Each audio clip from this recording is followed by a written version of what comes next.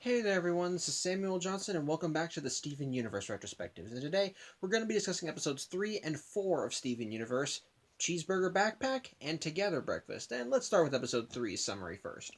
In this episode's case, Steven has acquired a new accessory, something from a company called Wacky Sacks that is a cheeseburger backpack. It functions exactly like a regular backpack, except it looks like a cheeseburger and it's just like full of pockets. And Steven bought it because he thinks this will help him out with gem missions.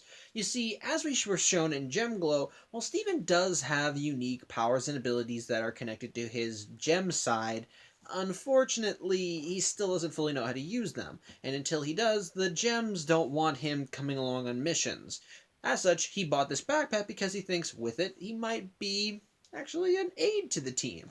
And this opportunity to use it comes up as after he gets the backpack, the gems come home saying they're actually just here to make a quick pit stop because they're going to go to a place called the Sea Spire, the Lunar Sea Spire, as they have come into possession of a small statue called the Moon Goddess statue. And if they want to restore the Lunar Sea Spire, they have to put it in to this pedestal in the Sea Spire before midnight that night, or the Sea Spire will just crumble into nothing. And as we see later in the episode, that's kind of a big thing because the Sea Spire is on the brink of collapse and everything is decaying. As such, Steven thinks that he can store it in his backpack, and not only that, he decides to load it up with a bunch of other stuff to help him out. And the gems decide, oh, you know what? Sure, we probably should let him come along. Maybe maybe he can be helpful. So they do bring him along, and for the most part, things seem to go well. Well, as Steven is able to utilize what he brought along to help them on the mission, but when it comes down to actually delivering the statue to its rightful position, it turns out that as he was packing everything up, he left it behind. And while he tries to substitute one of his toys in place of the statue, it doesn't work, and the Lunar Sea Spire ends up just collapsing. Thankfully, the gems are not drowned because Steven did bring a raft, but it will be a 3-hour trip home. So, good and the bad. But which also now brings us to the next episode, Together Breakfast. Steven is alone at his house, and the gems are just out and about doing their own thing. And so Steven decides, well, I guess I'll make us breakfast. And so he decides to make what he calls a Together Breakfast, which he just names because it's a breakfast that he thinks that you should share with your best buds. And it consists of a stack of flapjacks, or just waffles, covered in syrup, doused with popcorn, and then with a dash of whipped cream, and then topped all off with a little strawberry. I've never actually had Together Breakfast, but it honestly looks delicious.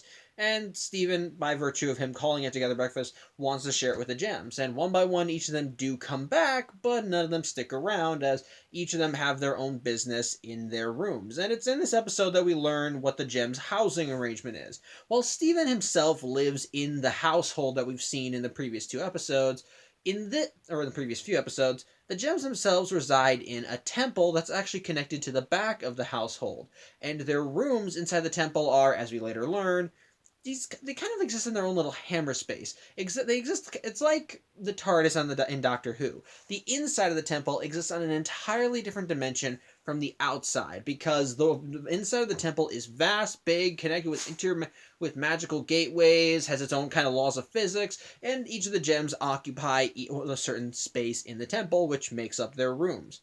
As such, Steven, wanting to not make this together brunch, as he puts it, ends up running into the temple after them, but unfortunately he keeps getting caught in random hijinks.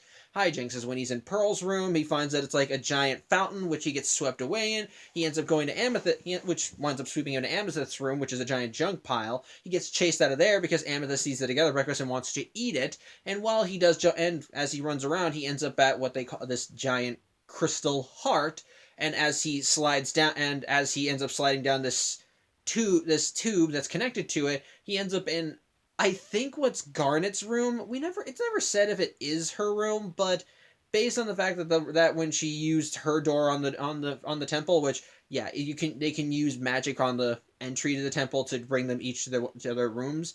It might be her room, especially considering that that's where she wound up, and essentially it looks like it has all these crystal veins surrounding it with all these bubbles with little gemstones in it. And at the center of them is a little magma pit where Garnet is actually doing some business. You see, when she came back to the temple, she had this little scroll of it looked like this weird black, white, and red thing that she said she had to burn. It kind of looks like a Picasso painting if Picasso was psychotic.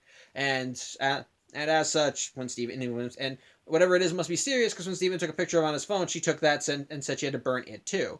And sure enough, she comes in, she has it, and as she's in the process of burning it, we hear a scream, and Garnet just puts a bubble around it because I think we saw in the first episode when a gem, as we saw with the destruction of the Sentinel Beetle, the gems can form bubbles over gemstones. As such, Stephen sees this, and Pearl and Amethyst are right behind because they saw Stephen and have been hunting him down. Pearl to get him out of the temple. Amethyst, well, actually to check on him after the Crystal Heart because that's when she got worried. But with everybody there, Stephen makes a commotion, which actually distracts Garnet long enough for the smoke of this burned tapestry to suddenly come alive and begin attacking the group. And when it flies after Stephen, he holds up the Together Breakfast to defend himself, and the smoke is absorbed inside it, and whatever was in the smoke winds up taking possession of the breakfast and uses it to attack the gems. And unfortunately, because of the structure of the whipped cream, of the maple syrup, and all that, the gems can't really put a dent in this thing. So Stephen, who still has the plate, which just seems to be where all this is connected, just out of anger from what this is doing, ends up forcing it into the magma pit, which burns up the whole structure. As such, Stephen apologizes for getting them all into this, and the gems to kind of make up for not spending time with him, make a new Together Breakfast with him, made with 3 packs of waffles, even more popcorn, but still with 1 dash of whipped cream and a strawberry. Though, considering what happened in the temple, no one's really in a rush to eat it, so they decide to order pizza. So, yeah, first let's talk about episode 3. Let's talk about Cheeseburger Backpack. As with the previous 2 episodes, it does well in kind of showcasing more of Stephen as a character, especially as a member of the Gems. Gemglow helped establish that Stephen was meant to be the junior member, so to speak, and that he was learning how to use his powers and that he wanted to be an asset to the team. Well, this episode continues that train of thought as we see Stephen actively taking steps to try and be an active member of the team as he buys while the backpack is clearly just a novelty item that a kid would enjoy, how he uses it is actually helpful to the team. Because Stephen actually does have some good ideas. Like, case in point, when he takes the backpack and stuffs it full of junk, some of the stuff he takes actually does come in handy when he and the Gems visit the Lunar Sea Spire, as once they arrive, they encounter some problems right away. Like, the first problem they have is, like, a vortex that will suck anyone who crosses a small chasm that's inside, across a chasm into, like, the rapids below. And how Stephen gets around is that he takes a couple sweaters he had, ties them together, and uses them as a makeshift rope, so that which he throws across, gets hooked, and when he jumps across, and thus when he jumps across, even when he gets pulled down, he's got something to hold on that'll tether him to the tower and allows him to climb inside, which Amethyst ultimately follows after by using her whip to get across and to get inside to help Garnet and Pearl get in as well.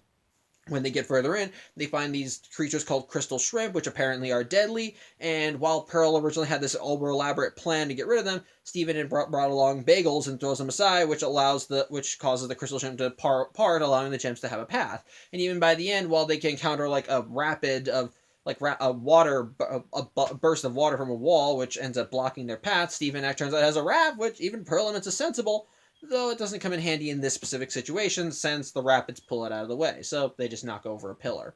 And by the end, so I do kind of like that. It showcases that Stephen is not just a dumbass kid.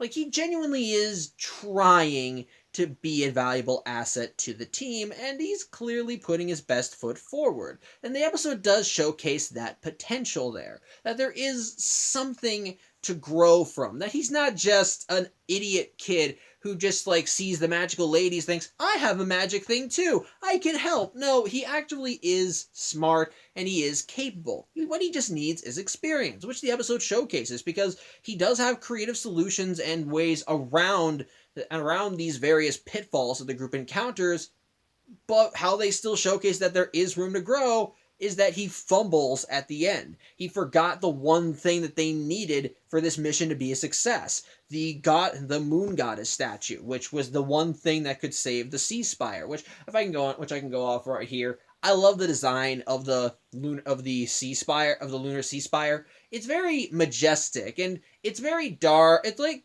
dark but with like sleek silver and black colors, and seeing it and the way it's set up it's literally just a spire tower inside the middle of the ocean, with like just having this own little area in the center that has with waterfalls surrounding it that the ocean just kind of flows down into. It's really nice to look at, really majestic, and definitely fills you with awe upon looking at it.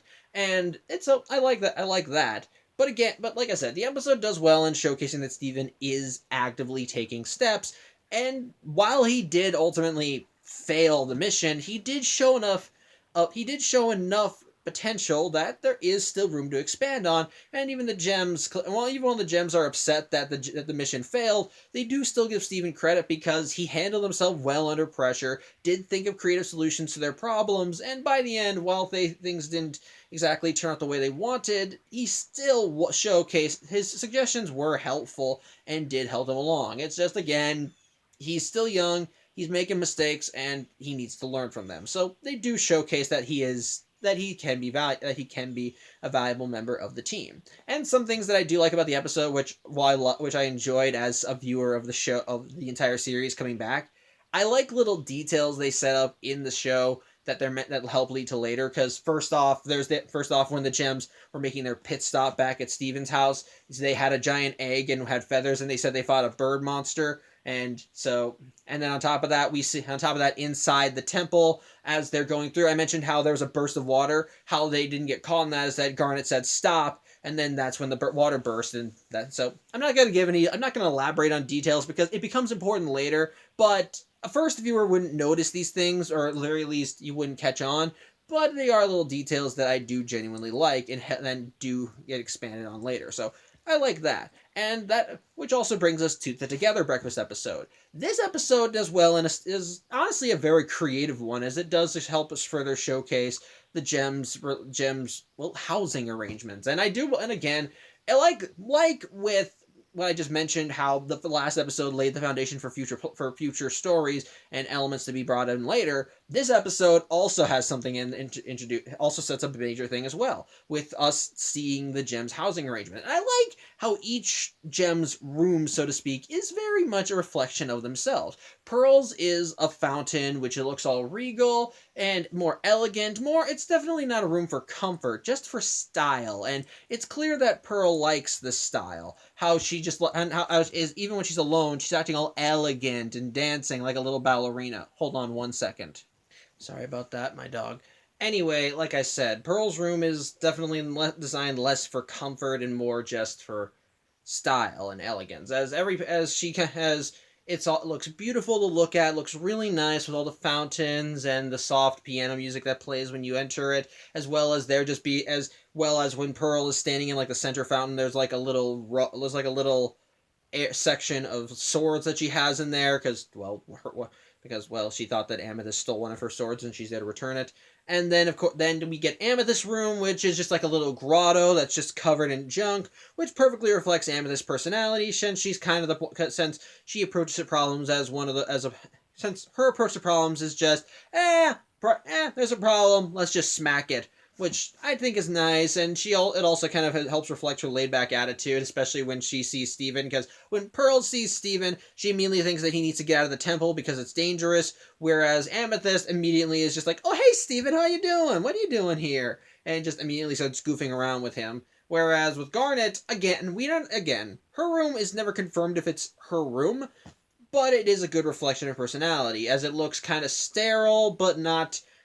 It looks sterile, but not too sterile. It looks like it's definitely more for ceremonious purposes and looks more ominous and regal. It's one that she doesn't use very often, and if she does use it, it's only for necessity, which is a nice way of reflecting of Garnet's personality. As what we've seen so far, she seems like very businesslike, just kind of revealing only what she needs to, but ultimately not unfriendly, which is kind of reflected well in her room. Though again, the fact that she just took Steven's phone and said, I gotta burn this, without giving him any explanation was kind of funny. And seeing Steven explore the whole temple is really nice, and as it's very it has very creative setups, great ways of transitioning between each one. Seeing him like going from Pearl's room to Amethyst was honestly really interesting because the waterfall he took just kind of swerved and curved and just seemed to defy physics. When Steven ran away from Amethyst as she kept trying to get to breakfast, the chase scene was honestly amusing to watch as we saw Steven try to outrun her, and again, laws of physics were screwed over big time there.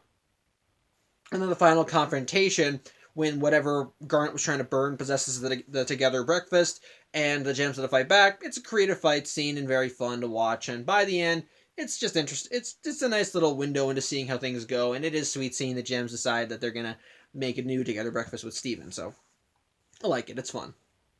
It's fun. Though, knowing what I know later about the show, about the setup for the creatures they fight, I have to know, and if any fans of Steven Universe who watched to the end like I did, do you know the answer to this question?